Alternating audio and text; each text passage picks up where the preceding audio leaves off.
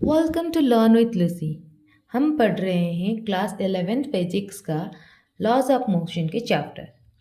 तो इस चैप्टर में मैंने पिछले वीडियो में काइनेमेटिक्स क्या है, डायनामिक्स क्या है, टाइप्स ऑफ फोर्सेस क्या है, नॉन कॉन्टैक्ट फोर्स कौन सा है, कॉन्टैक्ट फोर्स कौन सा है, न्यूक्लियर फोर्स क्या है, प्रोटॉन टू प्रोटॉन फोर्स क्या है, इंटरमॉलिक्यूलर फोर्स ऑफ अट्रैक्शन क्या है, ये सब पढ़ाया है। और उसके साथ साथ ग्रेविटेशन फोर्स वो क्या है उसको डिटेल में डिस्कशन किया है। नॉर्मल रिएक्शन, टेंशन फोर्स, ये सबको मैंने डिटेल में डिस्कशन किया है पिछले वीडियो में। देन फोर्सेस का डायरेक्शन को कोई भी सिस्टम अगर दिया है उसमें कौन सा फोर्सेस अप्लाई हो रहा है और किस डायरेक्शन में फोर्सेस अप्लाई हो रहा है वो सब कैसे शो करते हैं वो भी मैंने अच्छे से बताया है। और फ्री बॉडी डायग्राम कैसे ड्रॉ करते हैं और फ्री रेफरेंस फ्रेम होता क्या है, इनर्शियल फ्रेम होता क्या है, इस सब को भी अच्छे से मैंने पढ़ा दिया है पिछले वीडियो में। ठीक है, फिर न्यूटन्स फर्स्ट लॉ पढ़ाया है और इक्विलिब्रियम स्टेट वो होता क्या है और कैसे एक टेंशन का फोर्स हो गया या फिर टेंशन का कोई न्यूमेरिकल्स हो गया या फिर कोई भी न्यूमेरिकल्स को कैसे टैकल करते हैं, स्टेप बाय स्टेप मेथड मैंने समझाया है। और इस वीडियो में हम लोग और variety type of numericals based on laws of motion के ऊपर हम लोग करेंगे इस वीडियो में। तो डिफरेंट टाइप का न्यूमेरिकल्स कैसे टैकल करें वो हम लोग इस वीडियो में सीखेंगे। ठीक है, यहाँ पे एक क्या दिया है ना, एक सिस्टम दिया है, एक इंक्लाइंड प्लेन के ऊपर एक मास दिया है, वो क्या हुआ है ना, एक सरफेस के साथ एक स्ट्रिंग के थ्रू लटका हुआ है। ठीक है, और वो जो लटका हुआ है वो एक इंक्लाइंड सरफेस के ऊपर है। ठीक है, तो find the tension in string and normal reaction on मास। तो इस स्ट्रिंग में टेंशन कितना है और इस मास के ऊपर नॉर्मल रिएक्शन कितना है वो निकालना है। और कंडीशन क्या दिया है ना, ये जो मास है वो क्या है ना, इक्विलिब्रियम स्टेट में है, मतलब उसके ऊपर जो नेट फोर्स अप्लाई हो रहा है वो क्या है ना, 0 है। ठीक है, तो पहला वाला स्टेप है, हमें क्या करना है ना, फोर्सेस का डायरेक्शन को शो करना है। फोर्सेस को शो करना है कि कहाँ कहाँ पे किस किस डायरेक्शन में फोर्सेस अप्लाई हो रहा है। और क्वेश्चन में ये भी दिया गया है, ये जो इंक्लाइंड सरफेस है वो सरफेस से वो ग्राउंड से थीटा डिग्री एंगल पे इंक्लाइंड हुआ है। तो मास है तो फिर उसका ग्रेविटेशनल फोर्स क्या होगा ना, डाउनवर्ड डायरेक्शन में आएगा नीचे के तरफ, दैट इज mg। ठीक है, अगर ये क्या हो गया ना, थीटा है तो ये क्या हो जाएगा ऑटोमेटिकली 90 डिग्री, क्योंकि हमेशा ग्रेविटेशनल फोर्स मतलब नीचे की तरफ, सीधा नीचे की तरफ आता है। तो ये अगर 90 हो गया तो ये क्या हो जाएगा ना, 90 माइनस थीटा, ये वाला एंगल हो जाएगा 90 माइनस थीटा। ठीक है, तो अभी जो है उसके ऊपर नॉर्मल क्या होता है, हमेशा जो कॉन्टैक्ट सरफेस है, कॉन्टैक्ट सरफेस मतलब मास एंड इंक्लाइंड सरफेस के बीच में जो कॉन्टैक्ट लाइन है उससे क्या होता है ना, 90 डिग्री पे नॉर्मल फोर्स क्या करता है ना, एक्ट करता है। तो फिर नॉर्मल फोर्स क्या होगा, इस डायरेक्शन में 90 डिग्री के डायरेक्शन में, इस डायरेक्शन में ऊपर की तरफ वो क्या करेगा ना, एक्ट करेगा। ये क्या हो गया ना, नॉर्मल फोर्स। ठीक है, नॉर्मल का फोर्स का direction. Then tension force always क्या होता है ना, स्ट्रिंग के ऊपर एक्ट करता है और वो always away from the object. तो मास इधर है तो फिर उससे दूर जाएगा, तो इस तरफ जाएगा, तो टेंशन का फोर्स क्या होगा ना, इस तरफ होगा। ठीक है, तो अभी हम लोग इसका क्या करेंगे ना, फ्री बॉडी डायग्राम ड्रॉ करेंगे। फ्री बॉडी डायग्राम ड्रॉ करने से पहले हम लोग क्या करेंगे ना, इसका कौन सा वाला रेफरेंस फ्रेम को लें, मतलब एक्स एक्सिस को इस तरह लें या फिर इस कैसे लें, इस तरह से अगर लें तो क्या होगा, कैसे मतलब ये सबको कैसे करेंगे, ये सबको कैसे मतलब लेट हम लोग क्या कर रहे हैं ना, जैसे दिया है सिस्टम वैसे ही अगर ले रहे हैं फ्री बॉडी डायग्राम को, लेट इसको इस तरह से mg ले रहे हैं। यहाँ पे ये वाला क्या हो गया ना, t हो गया, और यहाँ पे ये वाला क्या हो गया, n हो गया। तो हम लोग क्या कर रहे हैं ना, लेट हम लोग इस डायरेक्शन में x ले रहे हैं और इस डायरेक्शन में y ले रहे हैं। पर हमें ये वाला एंगल क्या है ये पता है क्या, ये पता नहीं है। तो ये वाला एंगल तो पता हो जाएगा क्योंकि ये थीटा है, तो इस तरह से होगा तो ये वाला भी थीटा हो जाएगा। पर ये वाला एंगल कितना है, ये वाला एंगल कितना है, तो ये थोड़ा कॉम्प्लिकेटेड हो रहा है। तो हम लोग ये वाला रेफरेंस फ्रेम को कंसिडर करने के बदले हम लोग क्या करेंगे, अगर कोई भी एक इंक्लाइंड सरफेस के ऊपर ऑब्जेक्ट है तो फिर हम लोग क्या करेंगे ना, उस इंक्लाइंड सरफेस को ही हम लोग एक्स एक्सिस ले लेंगे। मतलब क्या है, मतलब हम लोग इस तरह से एक्स एक्सिस को रिप्रेजेंट करने के बदले हम लोग किस डायरेक्शन में करेंगे ना, इस डायरेक्शन में एक्स एक्सिस को रिप्रेजेंट करेंगे। ये एक्स एक्सिस हो गया, तो उससे 90 डिग्री क्या होगा, वाई एक्सिस हो गया। ठीक है, तो फिर हमें इतना दोनों एंगल नहीं चाहिए, इसमें सिर्फ एक ही एंगल चाहिए। ठीक है, तो हम लोग क्या करेंगे ना, एक्स एक्सिस को किस तरह से रिप्रेजेंट कर रहे हैं, इस तरह से एक्स एक्सिस को रिप्रेजेंट कर रहे हैं और इस तरह से वाई एक्सिस को रिप्रेजेंट कर रहे हैं। पहले लिख लेते हैं एक्स एक्सिस वाई एक्सिस, इसे रिप्रेजेंट कर लिया। ठीक है, तो इसका इस डायरेक्शन में फोर्स को अभी पॉइंट मास को m ले लिया इधर, तो इस डायरेक्शन में क्या हो रहा है, कौन सा वाला फोर्स अप्लाई हो रहा है, T फोर्स अप्लाई हो रहा है। और ऊपर के डायरेक्शन में कौन सा वाला फोर्स अप्लाई हो रहा है, N फोर्स अप्लाई हो रहा है। ठीक है, और इस तरह से नीचे की तरफ ये क्या हो रहा है ना, ग्रेविटेशनल फोर्स अप्लाई हो रहा है, दैट इज mg। और इसका एंगल हमने क्या निकाला था, ये वाला एंगल निकाला था 90 माइनस थीटा। ठीक है, तो ये वाला क्या हो जाएगा, ये टोटल में क्या है, ये टोटल में 90 है, तो ये 90 माइनस थीटा हो गया, तो फिर ये क्या हो जाएगा ना, थीटा हो जाएगा। ठीक है, अगर ये वाला थीटा है तो फिर मैंने क्या किया था, अगर प्रोजेक्शन करेंगे इसके ऊपर अगर प्रोजेक्शन करेंगे, ये वाला क्या हो जाएगा mg, जिसके साथ जो एक्सिस के साथ एंगल इंक्लाइंड है वो क्या हो जाएगा, कॉस हो जाएगा, mg कॉस थीटा। और दूसरा वाला क्या हो जाएगा ना, इस डायरेक्शन में ये क्या हो जाएगा ना, mg साइन थीटा। ठीक है, mg cos theta mg sine theta. अभी हो गया, अभी क्या करेंगे ना, ये क्वेश्चन क्या, ये सिस्टम क्या है ना, इक्विलिब्रियम स्टेट में है, ये मास इक्विलिब्रियम स्टेट में है, तो फिर नेट फोर्स क्या है, 0 है।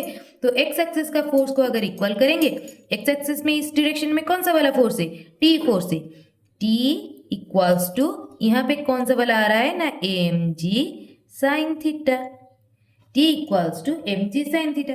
और n के साथ कौन सा वाला फोर्स, नॉर्मल फोर्स के साथ कौन सा वाला फोर्स इक्वल हो रहा है, mg cos थीटा। तो n equals to mg cos theta. अगर मास दिया हुआ होगा और ये जो इंक्लाइंड सरफेस का एंगल अगर दिया हुआ होगा तो टेंशन फोर्स और नॉर्मल फोर्स निकल जाएगा। तो इस टाइप का क्वेश्चन को इस तरह से हम लोग टैकल कर सकते हैं। ठीक है, तो और एक टाइप का क्वेश्चन करते हैं। दो मास इधर है, एक 5 kg का मास है, एक 3 kg का मास है। 5 kg का मास इंक्लाइंड सरफेस के ऊपर है और उसके साथ एक पुली कनेक्टेड है, सेम स्ट्रिंग है, और एक ही स्ट्रिंग में और एक 3 kg का मास इस तरफ से कनेक्टेड है। ठीक है, तो स्ट्रिंग सेम है इसीलिए टेंशन उसमें स्ट्रिंग में क्या होगा, इसमें जितना टेंशन होगा इसी में भी सेम टेंशन होगा क्योंकि स्ट्रिंग सेम है इधर। ठीक है, तो क्वेश्चन में पूछा गया है, if the system is in equilibrium, अगर ये सिस्टम इक्विलिब्रियम कंडीशन में है, मतलब नेट फोर्स क्या है, 0 है, देन फाइंड द थीटा, मतलब ये जो इंक्लाइंड का एंगल है वो कितना है, एंड टेंशन इन स्ट्रिंग, और इस स्ट्रिंग में टेंशन कितना है, और नॉर्मल रिएक्शन, और इसमें नॉर्मल रिएक्शन वगैरह कितना है, ये सब क्या करना है ना, निकालना है। तो इसमें ये वाला इस सरफेस के साथ कनेक्टेड नहीं है, ये अलग से कनेक्टेड है, मैंने गलती से इसको इसके साथ कनेक्टेड कर दिया है। तो पर ये वाला 3 kg जो है ये नॉट कनेक्टेड है, नॉट कनेक्टेड, तो ये वाला कनेक्टेड नहीं है, पर ये वाला इसके साथ कनेक्टेड है, तो इसमें नॉर्मल रिएक्शन क्या है ये पूछा गया है।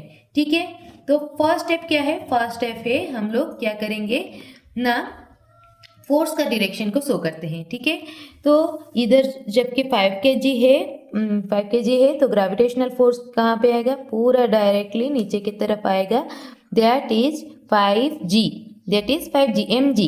ठीक है ना, और g कितना दिया है, ग्रेविटेशनल एक्सेलरेशन जो है वो दिया है कि क्या 10 मीटर पर सेकेंड स्क्वायर, तो ये क्या हो जाएगा ना 50 न्यूटन। तो नीचे की तरफ जो फोर्स अप्लाई हो रहा है वो क्या है 50 न्यूटन। तो ये वाला अगर थीटा है तो ये क्या हो जाएगा 90 हो जाएगा। ये क्या हो जाएगा 90 माइनस थीटा हो जाएगा। ये वाला क्या हो जाएगा 90 माइनस थीटा, 90 माइनस थीटा। तो ये क्या हो जाएगा ना 90 माइनस थीटा। और टेंशन फोर्स ये सेम स्ट्रिंग है, टेंशन इधर टी आएगा और अवे फ्रॉम द ऑब्जेक्ट तो टी, ये ऊपर की तरफ इधर ऊपर की तरफ टी आएगा टेंशन। और नॉर्मल रिएक्शन जो होता है कांटेक्ट सरफेस से 90 डिग्री, कांटेक्ट सरफेस ये वाला है इससे 90 डिग्री होगा। तो नॉर्मल रिएक्शन जो है वो इस तरह से ऊपर की तरफ आएगा। ठीक है। तो यहाँ पे पिछले मैंने कहा था कि इंक्लाइंड सरफेस अगर हो तो फिर हम लोग रेफरेंस फ्रेम इस तरह से ना लेकर हम लोग क्या लेंगे along with the inclined surface लेते हैं, मतलब इस तरह से इससे अलोंग लेते हैं। तो हमारा रेफरेंस फ्रेम क्या होगा ना ये एक्स एक्सिस हो गया और ये क्या हो गया ना वाई एक्सिस हो गया। ये क्या हो गया वाई एक्सिस हो गया। तो फिर ये ऐसे अगर रहेगा तो इसका क्या होगा ना ये ऐसे क्या हो रहा है ना ये वाला एंगल क्या हो जाएगा। तो फिर ये वाला जो एंगल है अगर ये क्या है 90 माइनस थीटा है तो ये क्या हो जाएगा ना थीटा हो जाएगा। ठीक है, ये वाला एंगल थीटा हो जाएगा। अगर ये वाला क्या है ना 5G आ रहा है 50 न्यूटन आ रहा है तो यहाँ पे कौन सा वाला आ जाएगा 50 कॉस थीटा। ठीक है ना। और इसमें इस डायरेक्शन में क्या आ जाएगा ये वाला 50 साइन थीटा। ठीक है ना 50 कॉस थीटा 50 साइन थीटा। और ये एक मास है इसके वजह से और एक ग्रेविटेशनल फोर्स नीचे की तरफ आएगा that is 3g, that is g is कितना है 10 मीटर पर सेकेंड स्क्वायर तो 30 न्यूटन। तो 30 न्यूटन का फोर्स नीचे की तरफ आ रहा है। तो इसका फ्री बॉडी डायग्राम क्या करते हैं ना ड्रॉ करते हैं। फ्री बॉडी डायग्राम में हम लोग क्या करेंगे ना कैसे करेंगे, ये एक्स एक्सिस हो गया और इससे 90 डिग्री वाई एक्सिस हो गया एक्स, ये वाला हो गया वाई। ठीक है, अभी सभी फोर्सेस को शो करते हैं। यहाँ पे ये क्या हो गया टी हो गया और 50 जो है यहाँ पे आ जाएगा 50 न्यूटन और ये वाला एंगल क्या हो गया थीटा हो गया। तो इसके वजह से यहाँ पे जो होगा वो क्या होगा 50 कॉस थीटा और यहाँ पे जो होगा 50 साइन थीटा। ठीक है, ये इतना हो गया। तो ये किसके लिए है ना 5 kg मास के लिए है, ये 5 kg मास के लिए है। ठीक है 5 kg मास। तो इसका फ्री बॉडी डायग्राम ये वाला हो गया। और 3 kg मास के लिए क्या होगा 3 kg का ऊपर की तरफ जा रहा है टी और नीचे की तरफ जा रहा है क्या 30 न्यूटन। ठीक है, तो इसमें से क्या आएगा ना T equals to 30 newton as the system is in equilibrium condition.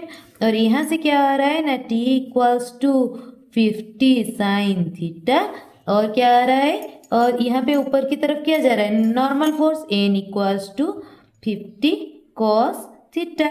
तो यहाँ पे T जो है 30 न्यूटन ये क्या है 50, तो यहाँ पे हम लोग लिख सकते हैं 50 sine theta equals to T के जगह पे हम लोग क्या लिखेंगे 50 साइन थीटा।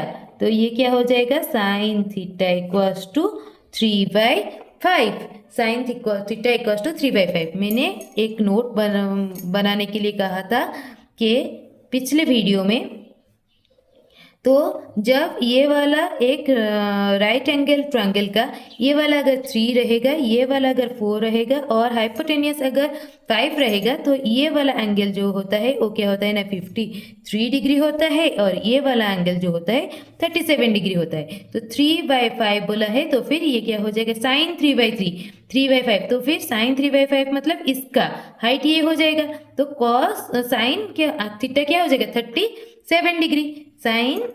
तो ये हो जाएगा क्या sine theta equals to sine के टर्म में अगर लिखेंगे साइन 37 डिग्री इक्वल्स टू 3/5। यहाँ से क्या निकलेगा sine 37 degree equals to 3/5 cos 53 equals to 3/5। ठीक है ना। तो ये यहाँ पे साइन है तो साइन के टर्म में अगर लिखेंगे तो 37 डिग्री, तो थीटा का वैल्यू हमारा क्या निकल गया ना 37 7 डिग्री। ठीक है, समझ में आया।